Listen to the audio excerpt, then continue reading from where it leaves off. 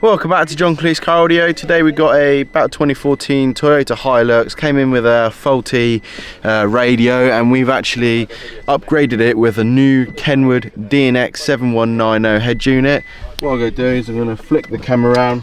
We're going to turn on the vehicle, just turn the steering wheel lock off, and as is pretty much standard, we try to do all where possible. With the KENWOOD you can add a splash screen, so we like to add a little logo depending on what manufacturer the car is, because it just gives it that extra little touch to give it a nicer feel to the installation. So on this vehicle as well, we've retained the rear camera and also retained things like the steering wheel controls too.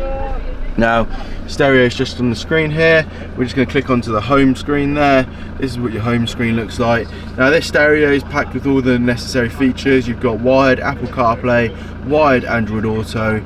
You've even got built-in navigation on this head unit, so it doesn't really need to rely on any smartphone technology. Full European built-in Garmin navigation, all at your fingertips while driving. So real nice and easy to use if you've ever used a Garmin sat nav before. Very popular navigation platform in general, and comes with all the KENWOOD stereos. So also on this head unit we've got DAB.